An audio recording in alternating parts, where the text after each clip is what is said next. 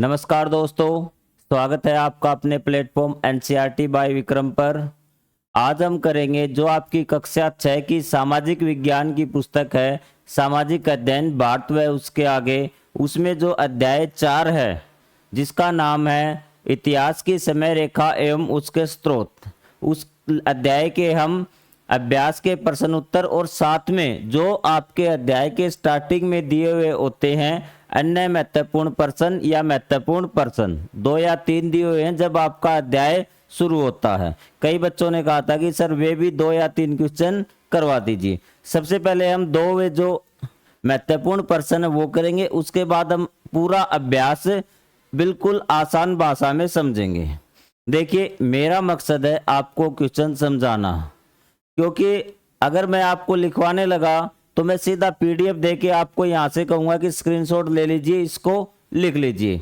क्योंकि जितने भी टीचर हैं जो सामाजिक विज्ञान पढ़ाते हैं वो 1-2 लाइन ऊपर नीचे हो जाती है क्वेश्चन के आंसर में, फिर आप कहेंगे कि या तो मुझे गलत बताएंगे या अपने टीचर को गलत बताएंगे। तो इससे अच्छा कि आप क्वेश्चन को समझिए। अगर आप क्वेश्चन याद भी नहीं किया तो आपको क्वेश्चन लिखने का तरीका, मतलब क्वेश्चन समझने का तरीका, उसका उत्तर लिखने का तरीका आ जाए, फिर आपसे कोई भी टीचर हो किसी प्रकार का क्वेश्चन लिखवाए आपको वो आसानी से समझ में आ जाएगा। मेरा मकसद आपको रटवाना नहीं, मेरा मकसद आपको क्वेश्चन आंसर समझाना है। तो चलिए, ज्यादा टाइम मैं आपका लूंगा नहीं, आज का अध्याय हम स्टार्ट करते हैं। हम ऐतिहासिक काल की गणना किस प्रकार कर सकते हैं? फेमस वक्तव्य है कि प्रश्न समझ लो, आधा उत्तर आपने कर लिया।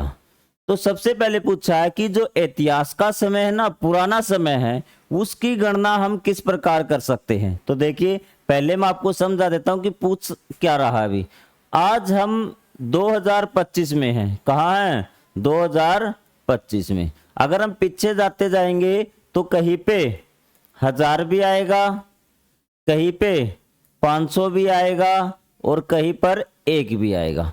अब हम कैसे पीछे गिनेंगे भी?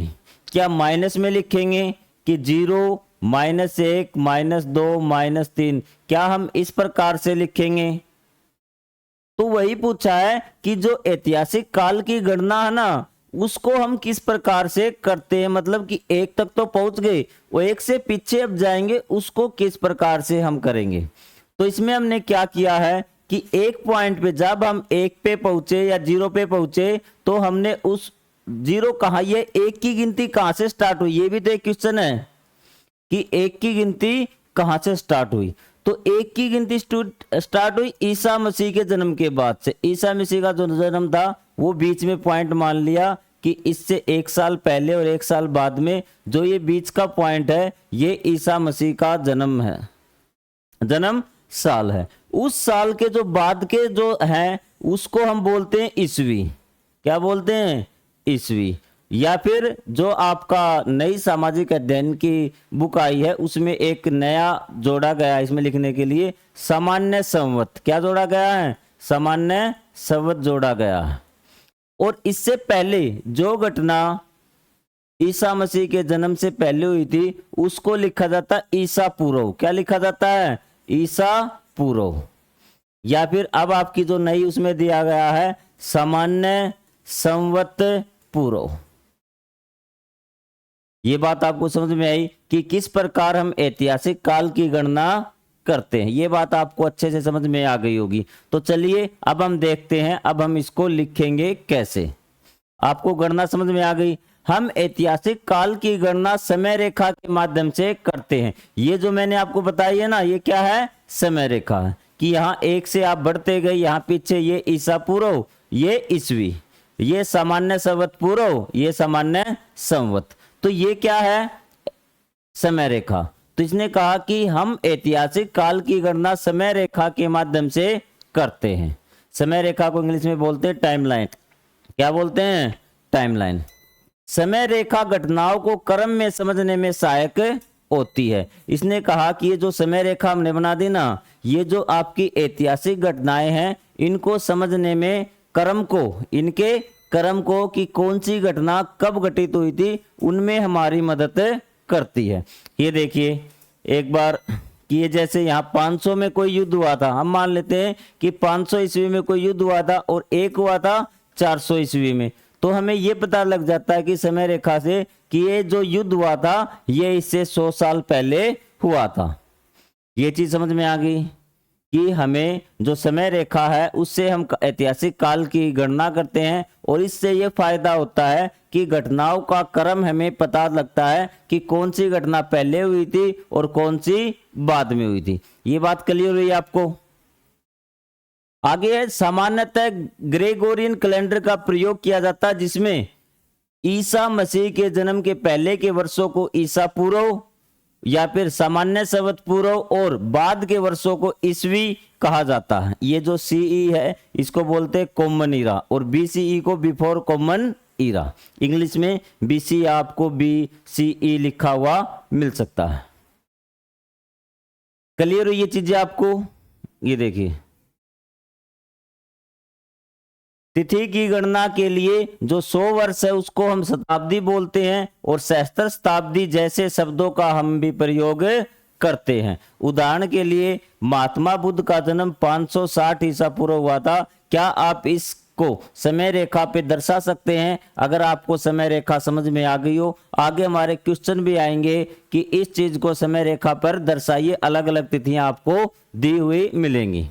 तो आप ये मुझे ये बताइए, क्या इस क्वेश्चन का आंसर आप लिख सकते हैं? कभी भी आपसे पूछा जाए कि ऐतिहासिक काल की गणना हम किस प्रकार कर सकते हैं, भूल जाइए बोर्ड पे क्या लिखा हुआ है, आपको सीधा इतना लिखना है कि ऐतिहासिक काल की गणना हम ये जो समय रेखा है ना, क्या है? समय रेखा, समय रेखा की सहायता से करते हैं, समय रेखा की सहायता से कर सकते हैं। ठीक है, और इसमें कौन सा कैलेंडर यूज होता है? ग्रेगोरियन। ज्यादातर कैलेंडर ग्रेगोरियन यूज होता है जिसमें ईसा मसीह के जन्म को एक पॉइंट मान लिया गया है। ठीक है, ईसा मसीह के जन्म को क्या मान लिया गया है? एक पॉइंट मान लिया गया है। ईसा मसीह के जन्म के पहले के सालों को हम ईसा पूर्व लिखेंगे। ईसा पूर्व क्यों? पूर्व का मतलब दिशा वाला पूर्व नहीं है, ये पूर्व पहले, कि ईसा मसीह के जन्म से पहले की घटना है, और जो ईसा मसीह के बाद की जो घटना उसको हम ईसा ईस्वी बोलते हैं। क्या बोलते हैं? ईस्वी। क्लियर हुई ये चीज आपको? अब देखिए आगे इसने क्या बताया है कि सेम चीजें ही आपकी जो सीई है ये ईस्वी को ही बोलते हैं, सामान्य संवत। अगर पूर्व लग गया या बिफोर लग गया तो ईसा मसीह के जन्म से पहले की घटना है, अगर बिफोर या पूर्व नहीं लगा तो वो ईसा मसीह के जन्म की घटना है। और अब तक हम पहुंच चुके हैं 2025 ईस्वी में। कहां पहुंच चुके हैं? 2025 ईस्वी में, मतलब ईसा मसीह के जन्म को 2025 साल हुए हैं। ये बात क्लियर हुई? इतिहास को समझने के लिए विभिन्न स्रोत हमारी किस प्रकार सहायता करते हैं भी? ठीक है, इतिहास को समझने के लिए जो आपके अलग अलग स्रोत हैं जो भी, वो हमारी किस प्रकार से मदद करते हैं। देखिए, सबसे पहले तो आपको ये पता होना चाहिए कि जो इतिहास को समझने के लिए जो ऐतिहासिक स्रोत होते हैं ना, वो क्या होते हैं। इतिहास को समझने के लिए हम विभिन्न स्रोतों से सहायता लेते हैं जिन्हें इतिहास के स्रोत कहा जाता है, क्योंकि जिससे हमें इतिहास का पता लगेगा, जिसकी सहायता से, वो ऐतिहासिक स्रोत कहलाएंगे। ये स्रोत अतीत की घटनाओं और जीवन शैली की जानकारी देने में मदद करते हैं। देखिए, वैसे तो क्वेश्चन यहाँ तक ही कंप्लीट हो जाता है कि जो ऐतिहासिक जो आपके स्रोत है वो हमें अतीत की घटनाओं और जीवन शैली को जानने में हमारी मदद करते हैं कि वो लोग कैसे खाना खाते थे, कैसा पहनावा पहनते थे, कौन सी भाषा बोलते थे, क्या उसमें शासन प्रणाली थी, किस प्रकार से वो अपना जो समाज है वो चलाते थे। तो ये सारी चीजें यही हो गया आपका। तो लेकिन हम थोड़ा सा और डिटेल में जान लेते हैं कि अगर आपको इसी लाइन को 3 लाइनों को बढ़ा करके लिखना है तो आप लिख सकते हैं कि जो ऐतिहासिक स्रोत हमें प्राचीन लोगों की, ऐतिहासिक लोगों की जीवन शैली जानने में मदद करते हैं। वो कैसा खाना खाते थे, वो कैसे कपड़े पहनते थे, कैसी भाषा बोलते थे, मतलब उनकी संस्कृति के बारे में जानने में हमारी सहायता करते हैं। लेकिन मैंने आपको बताया कि मैं आपको बिल्कुल डीप से, कि आपका 1 मार्क्स भी नहीं कटे जब आप बड़ी क्लासेस में हो और आपको क्वेश्चन, क्योंकि अभी आप 6 क्लास में आए हैं तो आप 6 क्लास में लिखने का, अगर आपको क्वेश्चन के आंसर देने का ठीक ढंग से पता लग गया, तो आगे जब 10वीं 11वीं 12वीं क्लास में आप जाएंगे तो आप कभी भी ऐसे परेशान नहीं होंगे कि क्वेश्चन का आंसर कैसे लिखना है। मुख्य स्रोत कौन से हैं भी? अब देखिए, ऐतिहासिक मुख्य स्रोत कौन से हैं? पुरातात्विक स्रोत भी, मिट्टी के बर्तन जो में मिलते हैं, औजार, सिक्के, अड्डियां, स्मारक। अब आप लिख सकते हैं कि जो पुरातात्विक स्रोत है, ये जैसे ये, उनसे हमें क्या पता लगता है कि वो किस प्रकार के बर्तन प्रयोग करते थे, किस प्रकार के औजार, सिक्के किस चीज से बनाते थे, स्मारक पद्धति वो कैसी थी, मतलब क्वेश्चन को बढ़ा करके लिख सकते हैं। ठीक है। उसके बाद मौखिक स्रोत, लोक कथाएं, किस्से, गीत, वंशावली, इन चीजों से हमें पता चलेगा कि उनका जो साहित्य था ना, कि लिखित साहित्य, वो कैसा था। क्लियर हुई बात यहां तक? कोई भी डाउट हो तो कमेंट बॉक्स में लिख देना। मेरा मकसद आपको समझाना है, रटवाना नहीं। साहित्यिक स्रोत के आगे पांडुलिपियां, धार्मिक ग्रंथ, कविताएं, नाटक, यात्रा विवरण, इन चीजों से आपको क्या पता चलेगा? उनकी जो प्रणाली थी, सामाजिक व्यवस्था थी, उनका पता चलेगा। उनकी भाषा के बारे में पता चलेगा, भाषा की लिपि के बारे में पता चलेगा।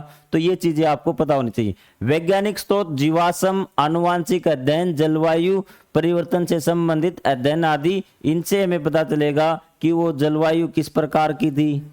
ठीक है। उनके जीवाश्म से हमें पता चलेगा, उनके जैसे शरीर के बारे में हमें पता चलेगा। तो ये सारे स्रोत हैं, इस प्रकार से हमारी सहायता करते हैं। तो आप लिख देंगे आराम से। फिर भी अगर कोई भी डाउट है तो कमेंट बॉक्स आपके लिए खुला है, भी आप कमेंट कर सकते हैं। अब लिख दिया आपने, स्रोत लिख दिए। इन स्रोतों से हमें यह समझने में मदद मिलती है कि लोग अतीत में कैसे रहते थे, क्या सोचते थे और क्या करते थे। देखिए, अगर आपको लिखना है तो भी आप स्क्रीनशॉट ले लेना इसका, लेकिन मैं कहूंगा कि लिखो मत, अपनी भाषा में बना के लिखो भी। आपने पहले क्या बताया कि ऐतिहासिक स्रोत क्या होते हैं, फिर आपने ऐतिहासिक स्रोतों की सूची बनाई कि पुरातात्विक ये होते हैं, सांस्कृतिक ये होते हैं, साहित्यिक स्रोत ये हैं, वैज्ञानिक स्रोत ये हैं, और आपने लास्ट में बता दिया कि ये स्रोत हमारी क्या सहायता करते हैं। ये हमें यह समझने में मदद मिलती है कि लोग अतीत में कैसे रहते थे, क्या सोचते थे और क्या करते थे। अब ये बताइए कि अब इस क्वेश्चन में क्या डाउट है आपका? मेरे हिसाब से कोई डाउट नहीं रहा होगा। अब तो चलिए अगले क्वेश्चन की ओर हम बढ़ते हैं। आदि मानव किस प्रकार रहते थे भी? आदि मानव किस प्रकार से रहते थे? आदि मानव, देखिए जो आपका सामाजिक है ना, जो सामाजिक की पुस्तक है, वो ऐसी पुस्तक है जिसमें आपको दिमाग में कुछ इमेजेस, फोटो भरनी पड़ेगी।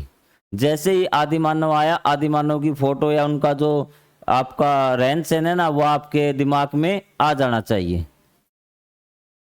आदि मानव बहुत साधारण जीवन जीते थे और प्रकृति पर निर्भर करते थे। प्रकृति पर निर्भर करना मतलब कि वो अपनी जरूरत की चीजें प्रकृति से प्राप्त करते थे भी।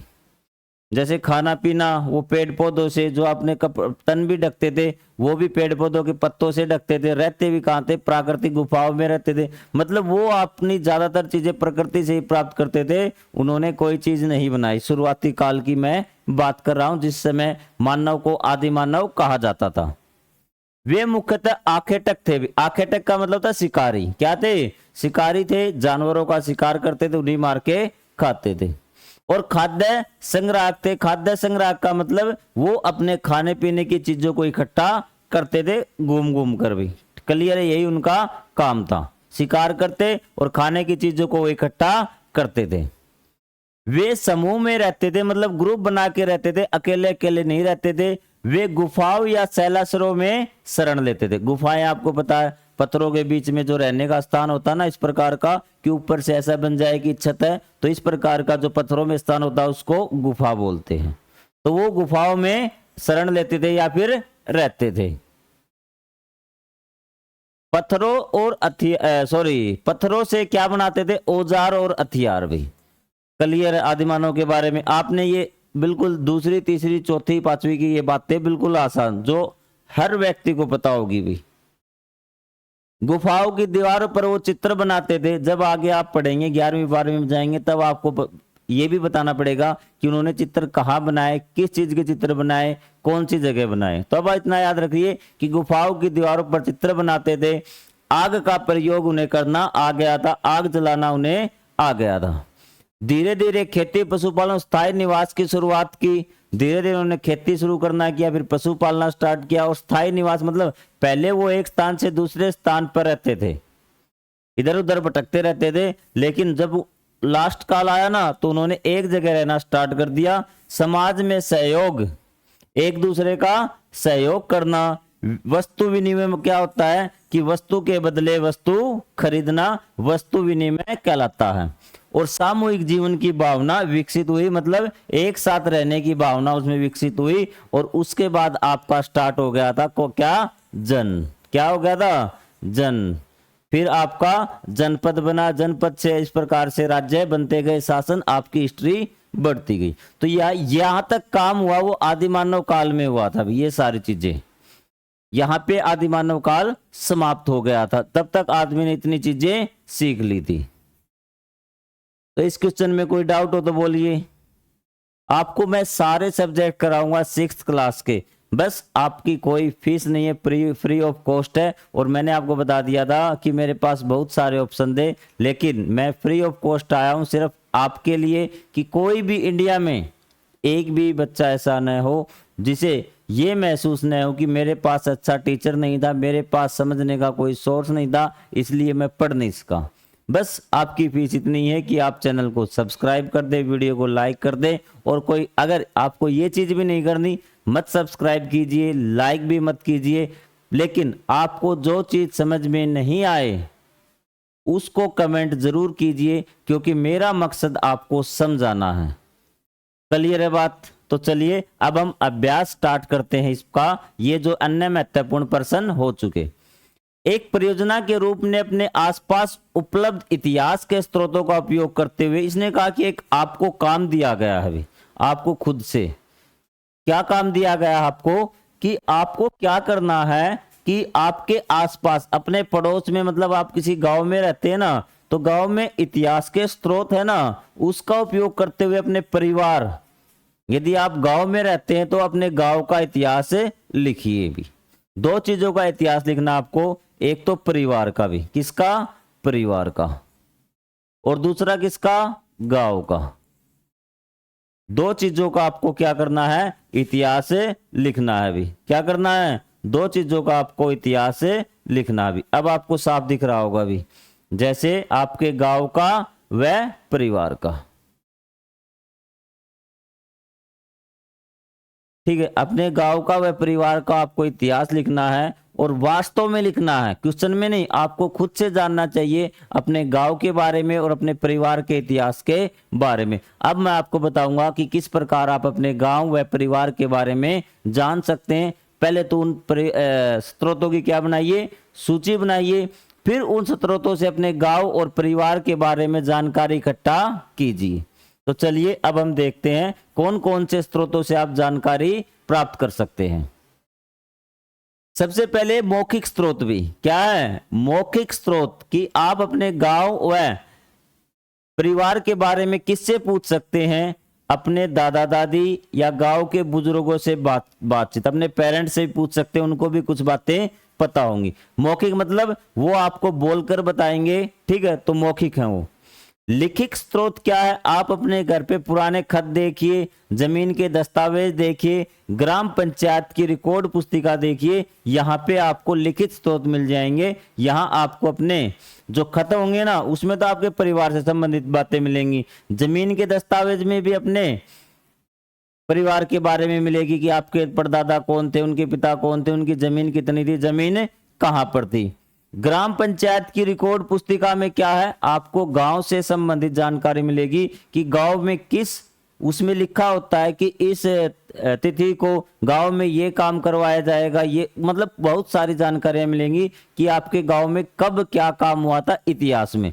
जैसे कोई पुरानी बिल्डिंग बनी हुई सरकारी, तो उस रिकॉर्ड पुस्तिका में उस बिल्डिंग की जानकारी मिलेगी कि जब इस बिल्डिंग का निर्माण हुआ तो गांव का सरपंच कौन था और ये किस साल ये बनाई गई थी। तो ये चीजें आपको समझ में आई, लिखित स्रोत। भौतिक स्रोत क्या है आपके? भौतिक स्रोत है आपका कोई पुराना कुआं है, मंदिर है, पुराने घर है, शिलालेख अगर कोई है तो। शिलालेख आप सोचते होंगे कि शिलालेख क्या है भी। शिलालेख क्या होता है कि कोई बोर्ड होता है, मतलब एक पत्थर का, और उस पे जानकारी लिखी होती है भी। हरियाणा राज्य में प्रत्येक गांव में अब शिलालेख लगवा दिया गया है और उस शिलालेख पे गांव के ऐतिहासिक जानकारी लिखवा दी गई है। हो सकता है कि किसी गांव में पुराने समय में भी लगवाया गया हो। आपको स्रोत पता चल गए कि किन किन स्रोतों से हम अपने गांव व अपने परिवार की जानकारी लिख सकते हैं। अब उन स्रोतों से आप अपने परिवार की जानकारी कैसे लिखेंगे? मैंने बताया है कि आप वास्तव में आपको लिखनी है, हकीकत में ये नहीं कि आपने एक दूसरे की कॉपी लेके टाप दिया भी। क्लियर है? आप खुद के परिवार के बारे में और खुद के गांव के बारे में लिखेंगे। अब देखो लिखना क्या है आपको भी। आपको लिखना है कि मेरा जो परिवार है पिछले कितने सालों से गांव में रह रहा है। अभी 90 सालों से, 10 सालों से, 20 सालों से, 100 सालों से आपको लिख देना है। मेरे परदादा यहाँ 1930 के आसपास बसे थे भी। हो सकता है किसी के दादा या फिर परदादा के भी दादा, तो वो वहां आए होंगे, वो आपके पेरेंट्स बता देंगे कि गांव में कौन आया था। तो आपको बताना कि कौन सा पीढ़ी आपकी यहाँ पे आई थी भी। उस समय गांव में बिजली नहीं थी, मतलब क्या क्या चीजें थी आप लिख सकते कि जब वो परदादा आए तो उस समय स्कूल भी नहीं था, ये भी नहीं था, या फिर क्या चीजें थी, स्कूल था, बिजली घर था क्या, ठीक है, सरपंच कौन था, ये जानकारी लिख सकते हैं। और लोग बैलों से खेती करते थे।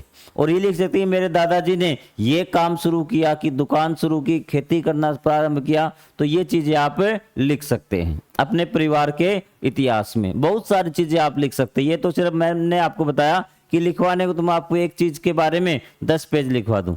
मेरा मकसद आपकी कॉपी भरवाना नहीं, मेरा मकसद आपको क्वेश्चन समझाना है और क्वेश्चन लिखने का तरीका बताना है। अब हम बात करते हैं गांव के बारे में भी। तो गांव के बारे में सबसे पहले आपको गांव का नाम, गांव कब बसा, मतलब कब उसमें वो गांव आकर बसा, मतलब कब उसमें लोगों ने रहना स्टार्ट किया उस जगह पर भी। प्रमुख कार्य क्या क्या करते हैं और उसमें महत्वपूर्ण स्थान कौन से हैं भी, कि कोई तालाब है, कोई ग्राम चौपाल है, ठीक है, कोई अस्पताल है, वो सारी चीजें आपको लिखना है कि उस ये, ठीक है, क्लियर हुई ये चीज आपको। पहला क्वेश्चन आप लिख देंगे।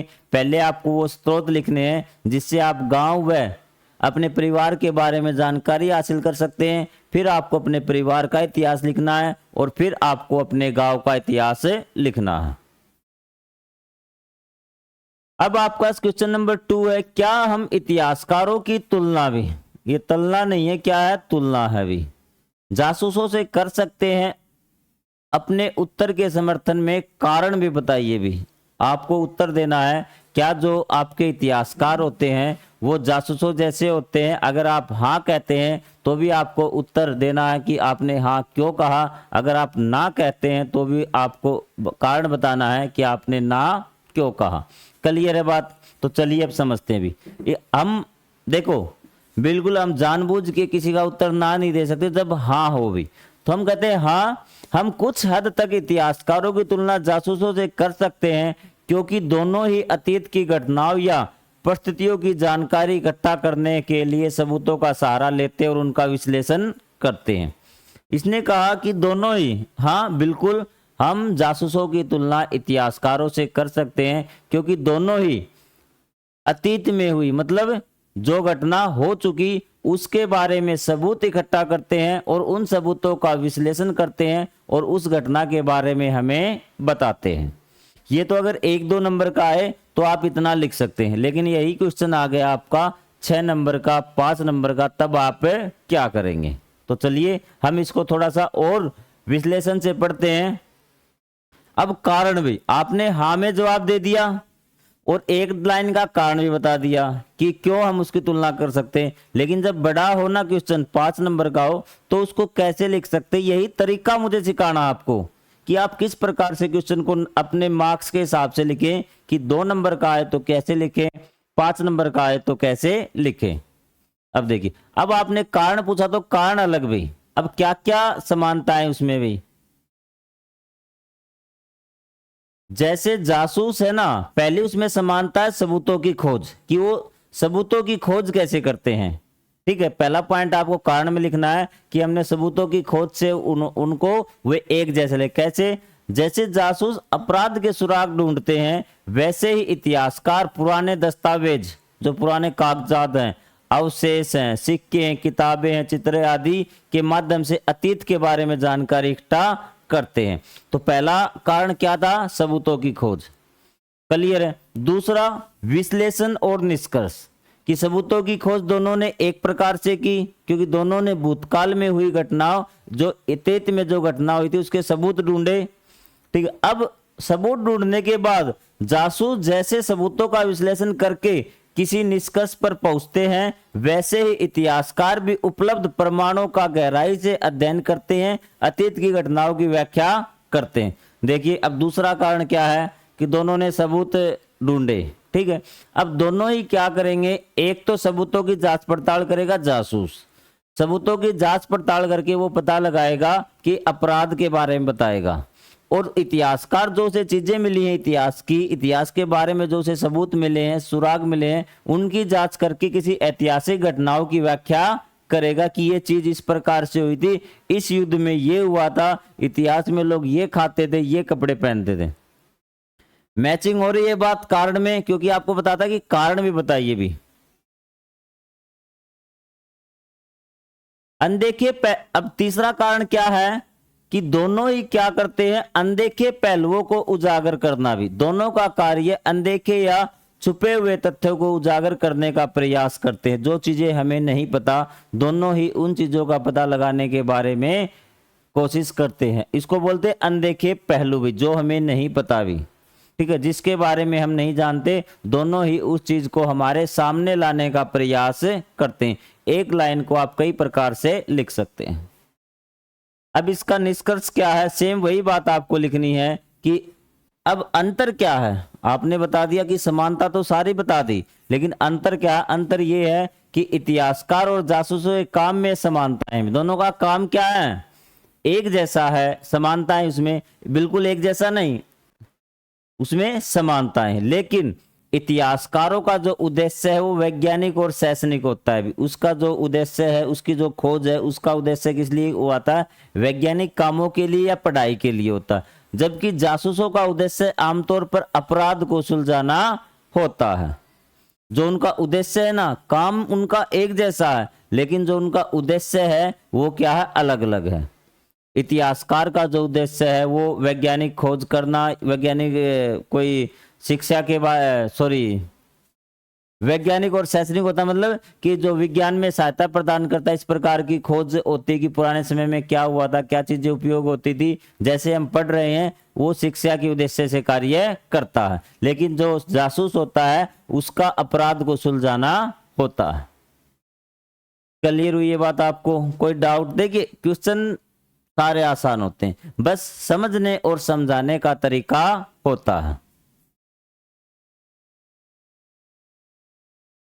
तिथियों के साथ कुछ अभ्यास भी। अब आपको क्या करना है? समय रेखा बनानी है और इन तिथियों को समय रेखा पे दर्शाना है। हमने समय रेखा सीख ली थी कि ये आपकी समय रेखा भी दिखाई दे रही बिल्कुल आपको।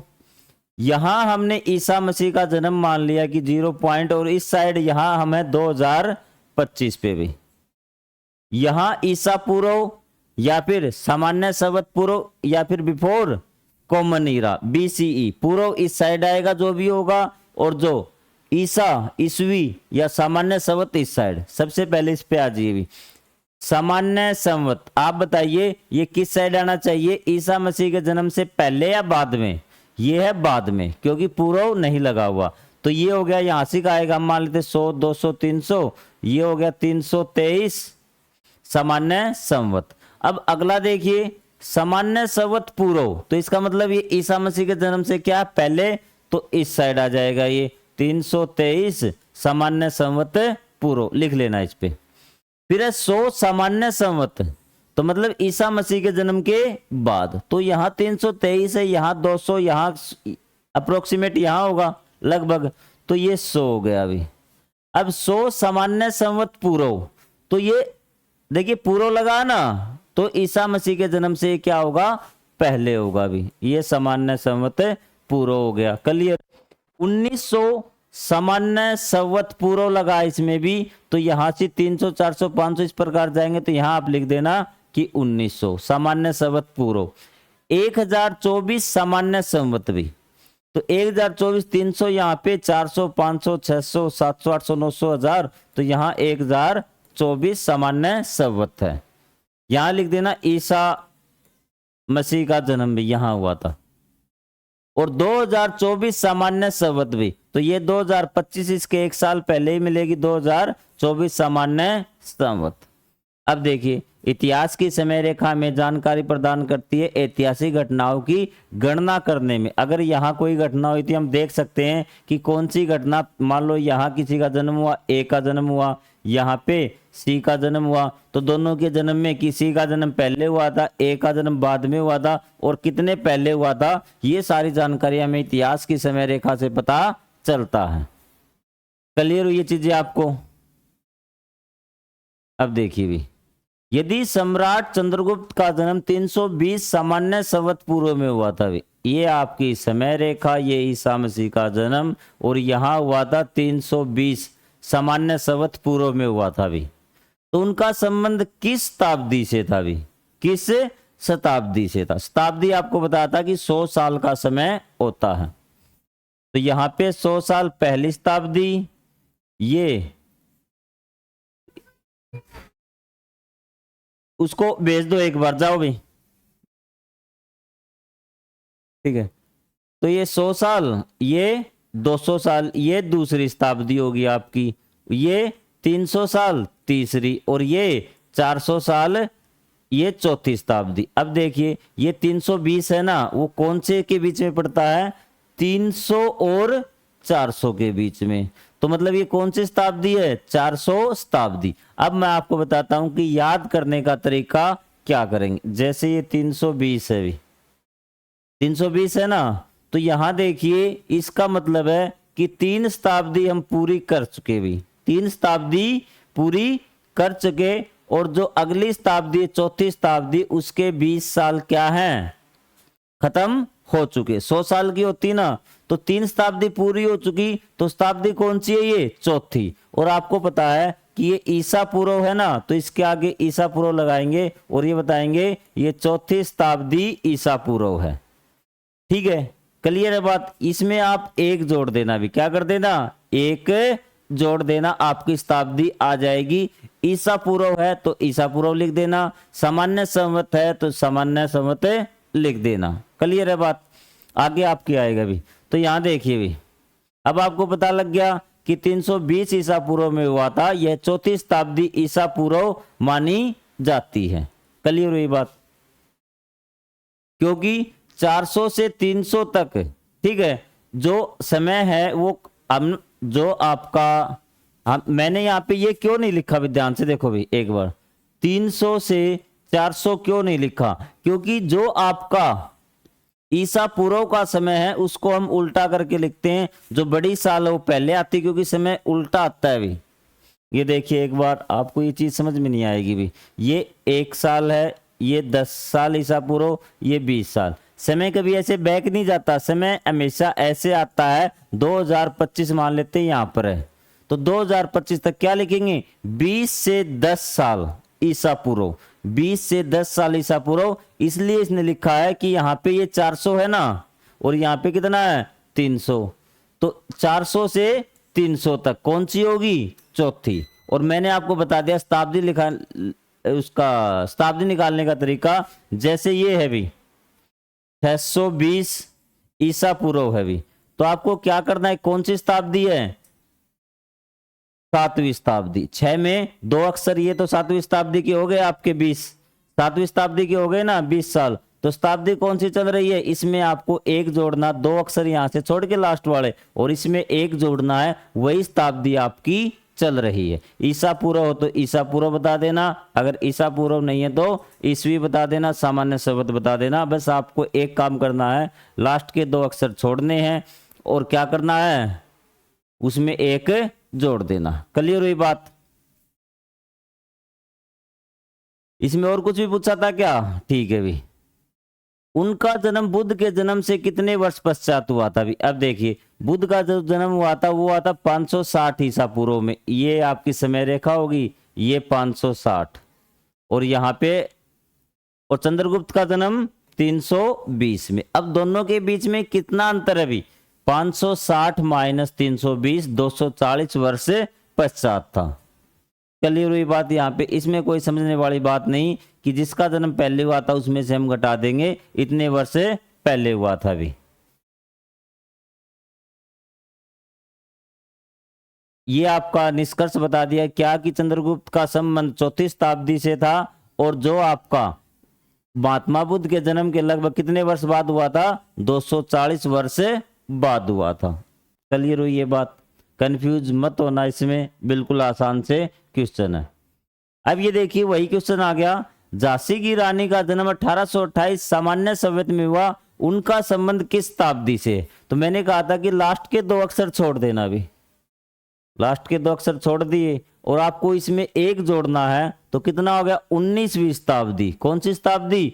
19वीं शताब्दी। इससे आसान क्या होगा शताब्दी को निकालना भी।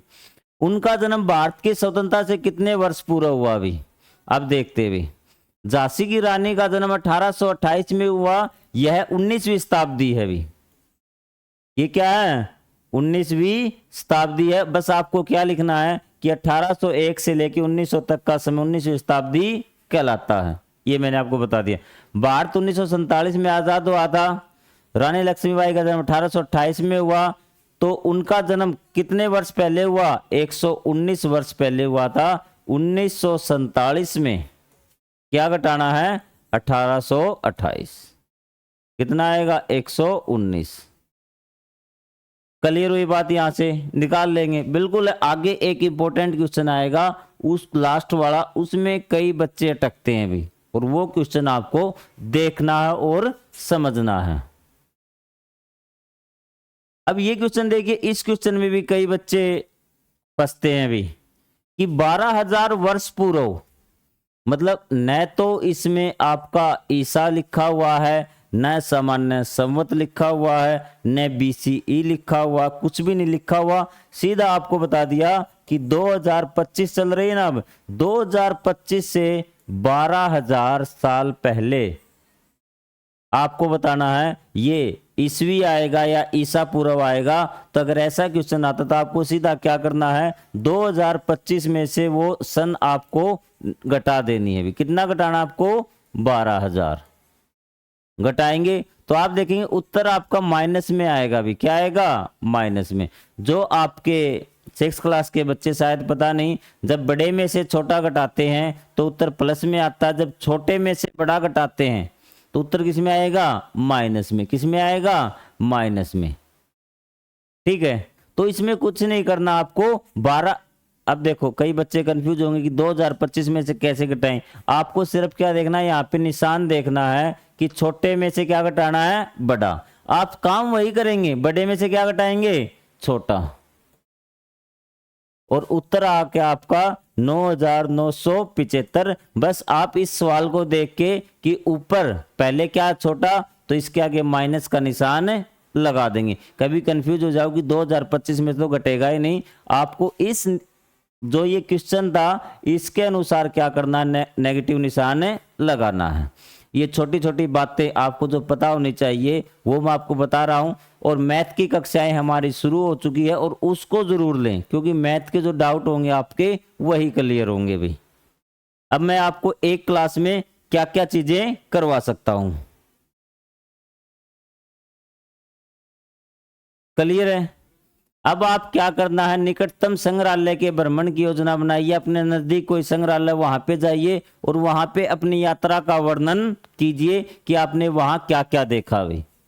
ठीक है, भ्रमण के पश्चात रिपोर्ट लिखनी। इसमें कुछ ज्यादा कुछ नहीं करना आपको, कि आपको लिखना है, क्योंकि मैंने आपको बताया कि आपको समझाना है कि आप किस तारीख को कहाँ घूमने गए भी, किस संग्रहालय में। संग्रहालय जहां पुरानी चीजें लगी होती हैं प्रदर्शनी के तौर पर दिखाने के लिए, वहां भी आप किस तारीख को गए, वहां आपने क्या क्या देखा, क्या चीज़ें आपको सबसे अच्छी लगी और आप किस टाइम गए और कितने बच्चे थे, ये चीज़ें भी आप शामिल कर सकते। तो वो रिपोर्ट आपको ये देखिए यहाँ पे लिखा हुआ है कि इस तारीख को हम गए थे और कितने विद्यार्थी गए थे, भाई लिख दिया। उसके बाद आपने क्या क्या देखा, इसने कहा कि हमने इतिहास, संस्कृति, कला से जुड़ी बहुत सारी चीजें देखी, हड़प्पा काल की देखी, जो भारत के क्रांतिकारी थे उनके बारे में देखी, और भी चीजें भी, हथियार देखे, आप लिख सकते हैं जो भी चीज आप वहां देखेंगे, ये लिख दी। फिर आप बताएंगे कि सबसे अच्छा क्या लगा भी, जैसे इस बच्चे ने लिख रखा सबसे बड़ा था मूर्ति कला भी, जहां हमने गुप्त काल, मौर्य काल की मूर्तियां देखी, ठीक है, स्थानीय कलाकारों की कलाकृतियां भी देखी।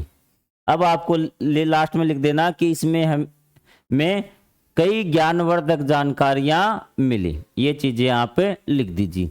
अब जो मैं क्वेश्चन की बात कर रहा था वो क्वेश्चन है ये भी कि आपको क्या करना है, किसी पुरातत्व वैज्ञानिक अथवा इतिहासकार को अपने विद्यालय में आमंत्रित करना है और उससे ये जानना है कि इतिहास हमें क्यों जानना चाहिए, इस विषय पर उससे जानकारी लेनी। मतलब किसी भी पुरातत्वविद या इतिहासकार से आपको क्या जानना है कि हमें इतिहास क्यों सीखना चाहिए, हमें इतिहास से क्या फायदा होगा। तो अगर आपको किसी इतिहासकार को बुलाना तो उसको निमंत्रण देना होगा, और निमंत्रण के लिए आपको लिखना होगा प्रार्थना पत्र। वो प्रार्थना पत्र आपको कैसे लिखना है इस क्वेश्चन के आंसर में, सबसे पहले ये हो गया कि प्रार्थना पत्र किस लिए लिखना पड़ेगा, किसी पुरातत्व वैज्ञानिक अथवा इतिहासकार को विद्यालय में व्याख्या हेतु आमंत्रण होती हेतु प्रार्थना पत्र। अब प्रार्थना पत्र कैसे, सेवा में आदरणीय, उसका नाम भी, इतिहासकार है चाहे पुरातत्व वैज्ञानिक है, वो कहाँ पर काम करता है, किसी संस्था में काम करता है, किसी संगठन में काम करता है, उसका और उसका पता लिखना है यहाँ पर। अब विषय क्या है, हमें क्या जानना है कि स्थानीय इतिहास और उसे जानना क्यों महत्वपूर्ण है, इस विषय पर व्याख्यान मतलब भाषण हेतु आमंत्रण भी। क्लियर है ये चीज आपको हो गई। अब आपको यहां लिखना है कि सविनय निवेदन यह है कि हम इस क्लास के, इस विद्यालय के, यहाँ पे आपको विद्यालय का पूरा एड्रेस देना, इसके छात्र है और हम ये जानना चाहते हैं कि जो स्थानीय इतिहास है, स्थानीय मतलब आसपास का जो इतिहास, हमारे खुद का इतिहास है, उसको जानना क्यों महत्वपूर्ण है। और आप हम इसके रिगार्डिंग मतलब इसके लिए एक स्कूल में कार्यक्रम करना चाहते हैं, आप हमें इस बारे में अपना समय देने का कष्ट करें, या फिर जब भी आपको समय हो उस समय के बारे में हमें बताएं और हमें इसके बारे में बताने का कष्ट करें, क्योंकि जब भी आपको समय होगा उसी समय के अनुसार हम हमारे स्कूल में कार्यक्रम करेंगे। आपकी अति कृपा होगी, आप बहुत बहुत धन्यवाद। या फिर इस तरीके से लिखना तो आप स्क्रीनशॉट ले सकते हैं यहाँ से कि क्या क्या लिख रखा है।